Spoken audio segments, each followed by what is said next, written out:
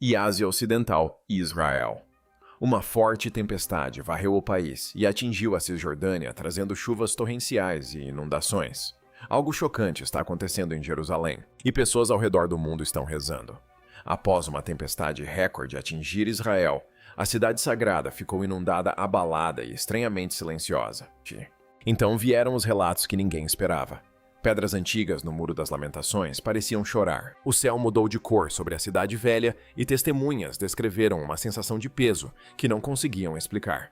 Seria isso apenas o clima, a história e a coincidência? Ou Jerusalém estaria se tornando um sinal de alerta diante de nossos olhos? Acompanhe esta história até o final, pois cada detalhe parece apontar para as Escrituras. Antes de começarmos, curta este vídeo, comente o que achou e inscreva-se no canal. E vamos começar. O portão dourado permaneceu selado por séculos, silencioso e imóvel, de frente para o Monte das Oliveiras, como uma porta trancada, aguardando a hora marcada. Para a maioria dos visitantes, pode parecer apenas pedra, história e arquitetura antiga. Mas para aqueles que conhecem as Escrituras, este portão carrega um peso impossível de ignorar. Não é apenas uma entrada. É um sinal. É uma pergunta esculpida na antiga muralha de Jerusalém. Quando o rei entrará, a tradição diz que o portão foi selado durante o período otomano, porque os governantes temiam a antiga expectativa de que o Messias um dia entraria por ele. Acreditavam que a pedra poderia impedir a profecia. Acreditavam que uma muralha poderia atrasar o plano de Deus. Mas muito antes de qualquer império tocar naquele portão, Ezequiel 44:2 já havia declarado: "Este portão será fechado porque o Senhor Deus de Israel entrou por ele." E agora, começam a surgir relatos estranhos em torno daquela entrada lacrada. Peregrinos afirmam ter visto uma luz tênue pulsando entre as pedras antigas, depois da meia-noite não brilhante como fogo, mas suave e dourada, aparecendo e desaparecendo, como se algo atrás do portão estivesse vivo. Outros dizem ter ouvido um som baixo semelhante ao de uma trombeta ecoando perto da muralha leste, embora nenhum instrumento, alto-falante ou fonte humana, pudesse ser encontrado. Algumas testemunhas descreveram pequenas vibrações sob seus pés concentradas não em toda a cidade, mas perto do próprio portão. Então veio algo ainda mais perturbador. Vários visitantes relataram ter notado finas rachaduras se formando ao longo de seções de pedra perto do arco selado. Não largas o suficiente para quebrar a estrutura, mas visíveis o bastante para fazer as pessoas pararem e olharem fixamente. Poeira caía das pedras superiores sem vento. Pássaros que circulavam acima do portão, de repente se dispersaram. Um grupo de fiéis disse que o ar ficou pesado e imóvel, como se toda a área estivesse prendendo a respiração. Alguns explicarão o fenômeno de forma natural. A pressão das pedras antigas, o movimento do solo ecos, luzes de prédios próximos ou o poder emocional de estar em um dos lugares mais sagrados da Terra. E cautela é sensata. Mas mesmo com todas as explicações, a pergunta permanece: por que agora? E por que ali? A cronologia dos eventos parece impossível de ignorar para muitos fiéis. Jerusalém foi reunificada em 1967. Os Estados Unidos reconheceram Jerusalém como capital de Israel em 2017. Nos últimos anos, o culto, as discussões no templo e a expectativa profética se intensificaram. E agora, relatos falam de luz, som, tremores, rachaduras e silêncio perto do próprio portão, associado à visão de Ezequiel. Talvez o portão ainda esteja fechado, porque o momento determinado ainda não chegou. Talvez o silêncio não seja vazio, mas espera.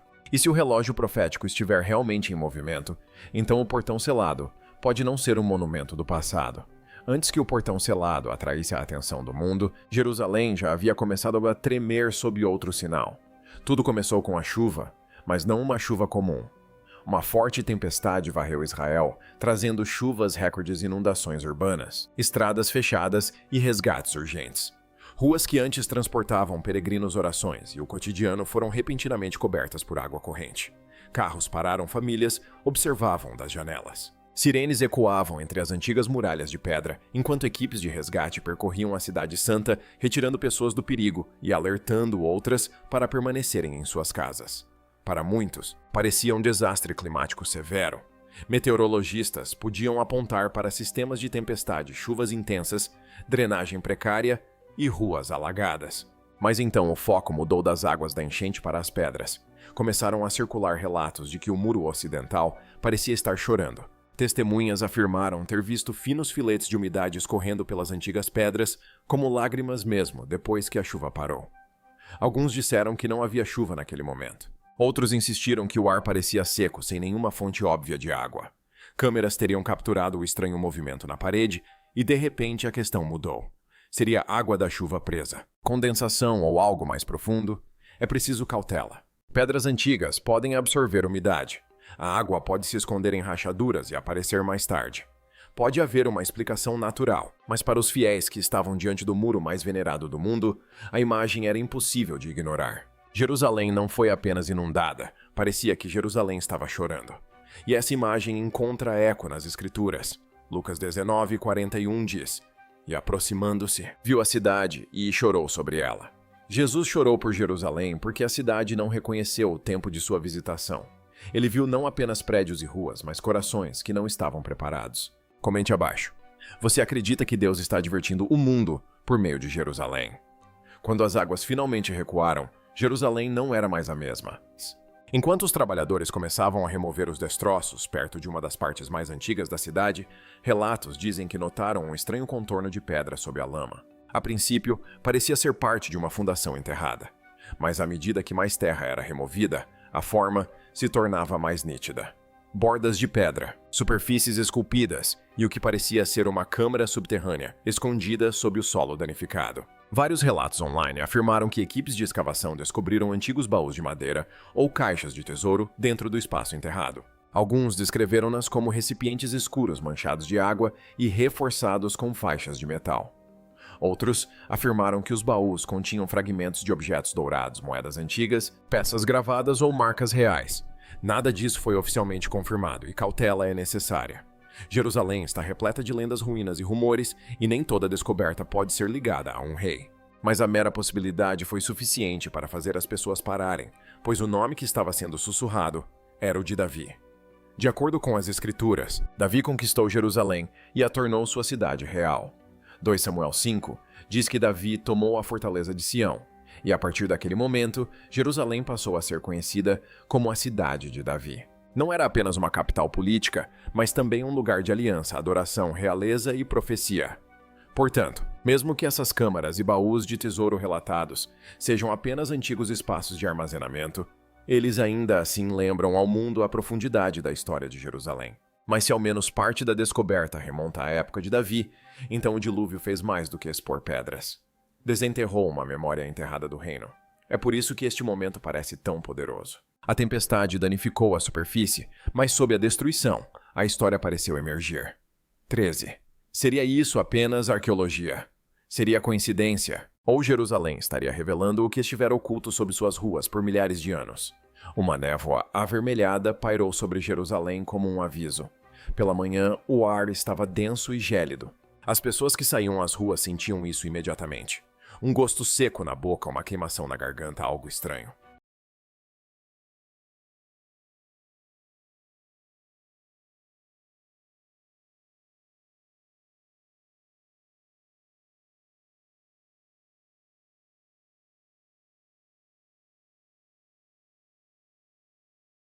Pressão no peito. A cidade estava visível, mas não nítida. As antigas muralhas pareciam brilhar através da névoa, suas pedras douradas tingidas por uma luz vermelho-alaranjada, como se o fogo se escondesse atrás do céu. A cúpula da rocha erguia-se sob aquela cor estranha, tênue e metálica brilhando através da poeira, como algo visto em uma visão. O sol estava lá, mas enfraquecido. Sua luz não aquecia a cidade, apenas fazia o ar parecer mais pesado. Os moradores cobriam os rostos. Os turistas diminuíam o passo. Os lojistas olhavam para cima antes de abrir as portas como se esperassem que o céu se explicasse. Então, as nuvens chegaram. Eram escuras, extensas e estranhamente imóveis. O vento soprava pelas ruas lá embaixo, empurrando a poeira contra as janelas e arrastando a areia pelos caminhos de pedra. Mas acima de Jerusalém, partes da camada de nuvens mal se moviam. Pareciam fixas sobre a cidade velha, pairando como uma tampa sobre as muralhas, o Muro das Lamentações e o Monte do Templo. O silêncio abaixo delas era sufocante. E então vieram os pássaros. Corvos e gralhas negras começaram a sobrevoar a cidade em ondas inquietas. Moveram-se sobre a muralha a oeste, sobre os telhados, sobre as colinas e voltaram. Seus gritos cortavam o ar pesado como alarmes de alerta. Alguns voavam tão baixo que as pessoas se abaixavam. Outros circulavam alto acima da névoa acobreada, formando anéis escuros contra o céu estranho. Ninguém precisava dizer muito. A atmosfera dizia tudo. Os cientistas poderiam apontar para a poeira do deserto, umidade de tempestades, poluição ou ar instável. Talvez estivessem certos. Talvez a cor estranha tivesse uma explicação natural. Talvez os pássaros estivessem reagindo às mudanças de pressão após a tempestade. Mas parados ali, respirando aquele ar seco e metálico enquanto asas negras circulavam sobre Jerusalém, muitas pessoas sentiram algo mais profundo. Lucas 21, 25 diz: haverá sinais no sol, na lua e nas estrelas. Isso não era uma prova do fim. Não era motivo para pânico, mas parecia um aviso escrito nos céus, e Jerusalém estava bem abaixo dele. Antes de prosseguirmos, curta e inscreva-se para nos apoiar. Toda a contribuição é bem-vinda. Muito obrigado. Sob aquele céu cor de cobre, o perigo deslocou-se dos céus para a terra. Após dias de chuva intensa, o solo sob Jerusalém começou a ceder. No início eram apenas pequenas rachaduras no pavimento, finas linhas que cortavam os caminhos de pedra e as margens das ruas. As pessoas passavam por cima delas sem pensar muito, mas então as rachaduras se alargaram. O chão cedeu. A terra encharcada se deslocou sob a superfície.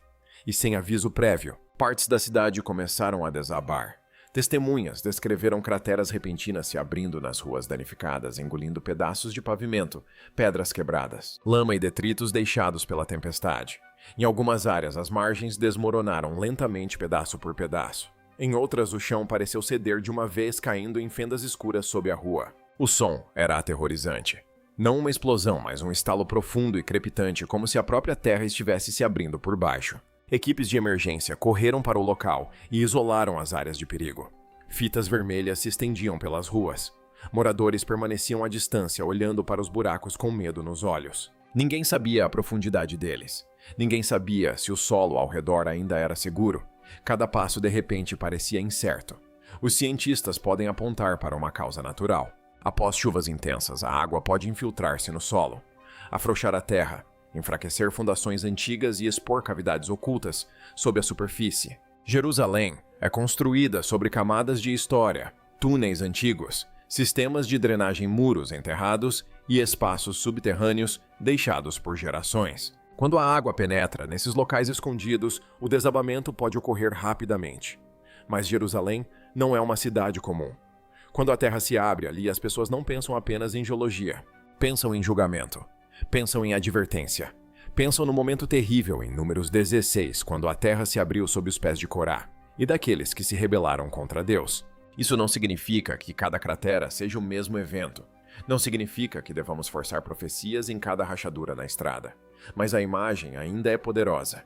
A cidade acima foi inundada. O céu acima mudou. E então o chão abaixo estava se abrindo. Estaria Jerusalém simplesmente se deteriorando sob o peso da chuva e da erosão? Ou estaria a terra revelando algo mais profundo? Um aviso de que o que está oculto sob a superfície não pode permanecer oculto para sempre. A igreja estava repleta de orações quando o primeiro grito rompeu o silêncio. As pessoas se voltaram para a frente e paralisaram. A cruz dentro da igreja brilhava. A princípio, parecia uma pequena luz tocando a madeira. Então tornou-se mais brilhante, mais quente e mais forte. Em instantes, testemunhas disseram que chamas apareceram ao redor da cruz, enquanto as pessoas ainda oravam. Não o altar, não as paredes, a cruz. Alguns fiéis recuaram com medo. Outros caíram de joelhos. O fogo pareceu envolver a cruz, mas a cruz não caiu. Não se desfez em cinzas. Permaneceu ali, queimando diante dos olhos da congregação, como se o símbolo do sofrimento de Cristo tivesse se tornado de repente um aviso vivo. E o que viram acima da igreja tornou todo o momento ainda mais pesado. Uma luz brilhante em forma de cruz apareceu no céu sobre Jerusalém. Não estava espalhada pelo horizonte. Parecia estar centrada acima da área onde a igreja se erguia, brilhando através do ar escuro como uma marca sobre a cidade. Algumas testemunhas disseram que parecia uma cruz brilhante suspensa nos céus. Outras disseram que as próprias nuvens haviam formado o desenho de uma cruz com uma longa linha vertical e uma linha horizontal nítida que a atravessava. Durante vários minutos, as pessoas permaneceram nas ruas olhando para cima em silêncio. Uma cruz em chamas dentro da igreja, uma cruz brilhante acima, uma nuvem, com o formato da cruz sobre Jerusalém. Para os crentes, a mensagem era impossível de ignorar.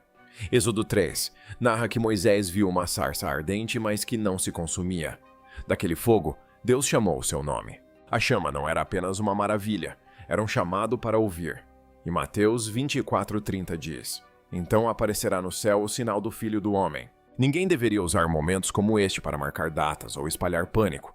Mas a imagem da cruz aparecendo 2 vezes em fogo abaixo e em luz acima carregava uma única mensagem. Lembrem-se do Salvador.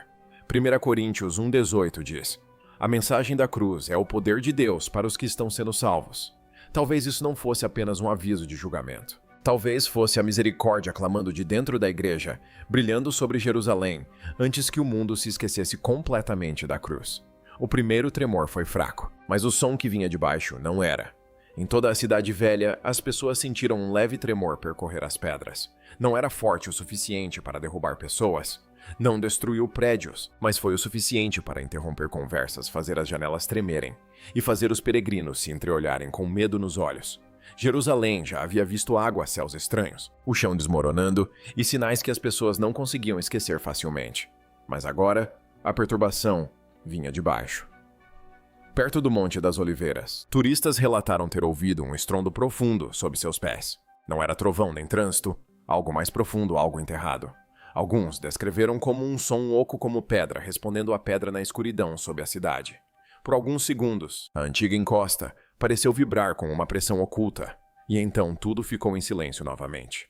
Logo depois, começaram a circular relatos de que sensores sísmicos haviam detectado atividade incomum sob a área do Monte do Templo. As leituras não foram descritas como um grande terremoto, mas como movimentos subterrâneos, repetidos pequenos pulsos e vibrações, concentrados perto de um dos locais mais sagrados e disputados da Terra. Esse detalhe ele mudou tudo, porque em Jerusalém, a localização importa. Um tremor sob um campo vazio é uma coisa. Um tremor sob o Monte do Templo é algo completamente diferente. Arqueólogos e engenheiros foram enviados para examinar as fundações e as estruturas ao redor. Sua tarefa era prática. Verifique se há danos, meça a estabilidade e certifique-se de que as pedras antigas não se deslocaram após as tempestades e tremores secundários.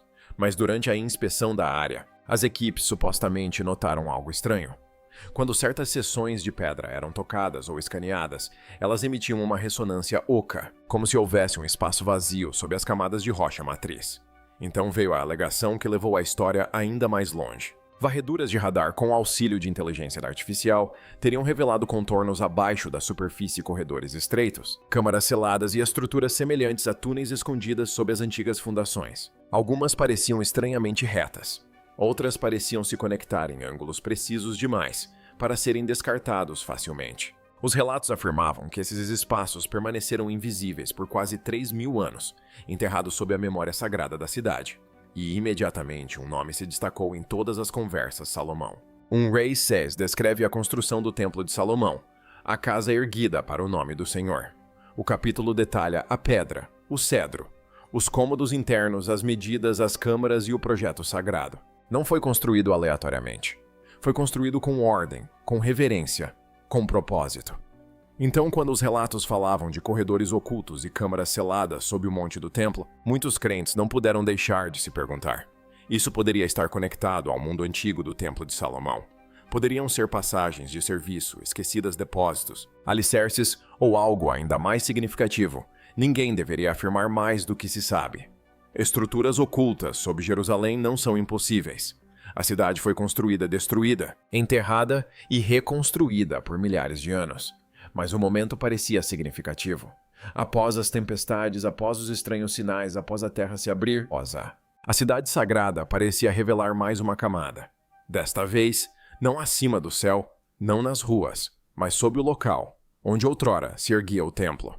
E se essas câmaras seladas realmente existirem, então Jerusalém pode não estar apenas tremendo, mas também se lembrando.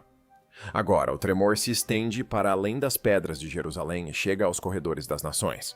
As ruas da cidade sagrada não são o único lugar sob pressão.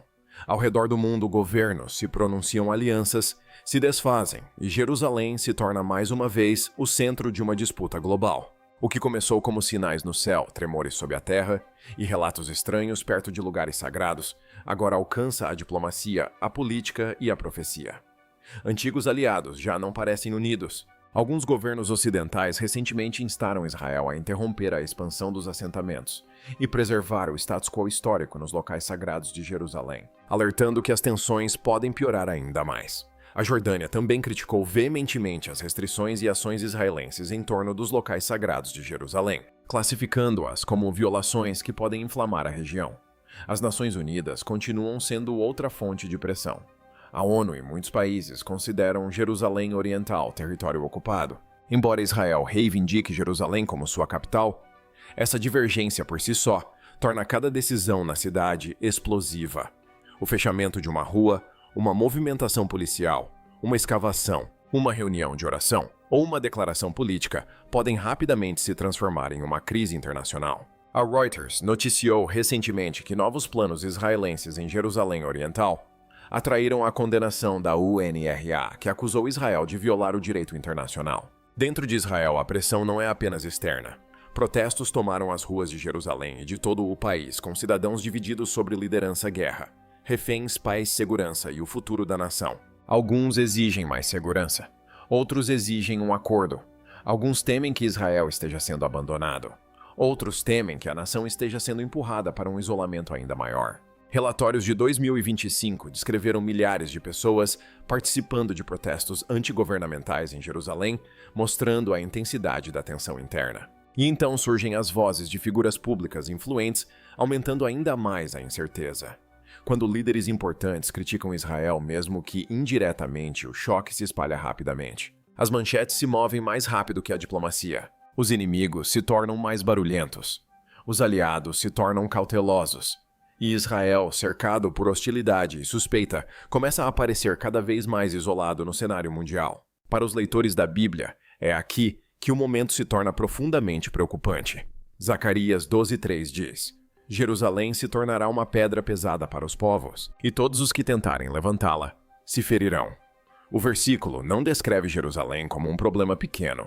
Descreve a cidade como um fardo pesado demais para as nações suportarem. É exatamente isso que o mundo está testemunhando de forma simbólica. Todos têm uma opinião sobre Jerusalém. Todos querem influência sobre Jerusalém. Todos falam sobre paz, segurança fronteiras, direitos história e lugares sagrados. Mas quanto mais as nações se aproximam da cidade mais pesada, ela se torna. Israel pode ter armas, pode ter inteligência, pode ter aliados poderosos, mas a profecia nos lembra que chega um momento em que a força humana não é suficiente. E quando Jerusalém se torna pesada demais para o mundo carregar a questão, deixa de ser apenas política, torna-se espiritual. E agora, a pergunta que fica é o que devemos fazer com tudo isso? Nem toda visão estranha é uma profecia. Nem toda tempestade é um aviso final. Nem todo som sombra, rachadura ou clarão deve ser interpretado como uma declaração divina. A sabedoria importa. Discernimento é importante. As Escrituras nunca chamam os crentes a entrar em pânico, a seguir boatos ou a marcar datas que só o Pai conhece. Mas as Escrituras nos chamam a vigiar. Jesus disse em Mateus 24:42, Vigiai, pois, porque não sabeis a que hora há de vir o vosso Senhor. Essa palavra não é passiva. Não significa ficar olhando para o céu com medo. Significa viver desperto. Significa reconhecer que o mundo é frágil, as nações são inquietas e o coração humano pode se cegar mesmo quando os avisos estão bem diante dele. Jerusalém sempre carregou um peso que nenhuma outra cidade carrega. Reis lutaram por ela. Profetas choraram por ela. Peregrinos cruzaram oceanos para orar lá. Impérios tentaram possuí-la, dividi-la, selá-la, renomeá-la e controlá-la. No entanto, ela permanece no centro da narrativa bíblica, ainda atraindo os olhares do mundo. É por isso que momentos como este parecem tão pesados. As pessoas não estão apenas observando os acontecimentos, estão observando Jerusalém. E quando Jerusalém treme, o mundo ouve de forma diferente. A mensagem não deve ser o medo. O medo faz as pessoas correrem em todas as direções. Mas a voz de Deus chama as pessoas de volta ao caminho certo. 2 Crônicas 7:14 diz: Se o meu povo que se chama pelo meu nome se humilhar e orar e buscar a minha face, então eu ouvirei dos céus. Essa é a resposta que o céu espera. Humildade e oração, arrependimento e um coração disposto a retornar. Talvez esses eventos sejam sinais. Talvez alguns sejam naturais. Talvez alguns sejam mal interpretados. Talvez alguns sejam explicados amanhã. Mas mesmo que cada detalhe receba uma explicação terrena, uma verdade permanece. O mundo está sendo lembrado de que o poder humano não é suficiente. Governos não podem salvar a alma. A tecnologia não pode silenciar a eternidade. A riqueza não pode comprar a paz com Deus. E nenhuma nação pode carregar o fardo de Jerusalém sem tremer sob seu peso. A Bíblia diz no Salmo 122:6: Orai pela paz de Jerusalém. Prosperarão aqueles que te amam. Isso não é apenas uma declaração política, é uma ordem espiritual. Ore pela paz, rezem por misericórdia, rezem por sabedoria, rezem pelos inocentes, rezem pelos líderes, rezem para que os corações se convertam antes que seja tarde demais. Porque o maior aviso não é que o céu possa mudar a terra, possa tremer, ou as nações possam se dividir. O maior alerta é que as pessoas podem ver todas essas coisas e ainda assim se recusarem a despertar. Portanto, que esta seja a mensagem final: não vivam distraídos, não vivam adormecidos. Não deixem que o medo domine seus corações. Voltem-se para Cristo, retornem à oração, caminhe em santidade. E lembre-se de que mesmo quando o mundo parece instável, Deus ainda está no trono. Se esta mensagem tocou seu coração, curta este vídeo, comente abaixo e inscreva-se no canal para mais atualizações bíblicas.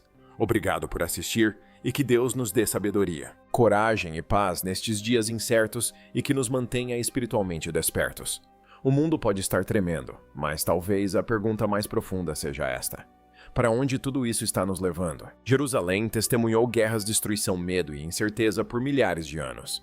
No entanto, através de todas as gerações, uma coisa nunca desapareceu da Cidade Santa: a oração. E talvez seja isso que mais importa agora. Não o medo, não o pânico, não a especulação sem fim, mas a fé. Porque quando as pessoas observam os estranhos acontecimentos em torno de Jerusalém, os sinais incomuns, a crescente tensão, a incerteza que se espalha pelo mundo, é fácil se sentir sobrecarregado.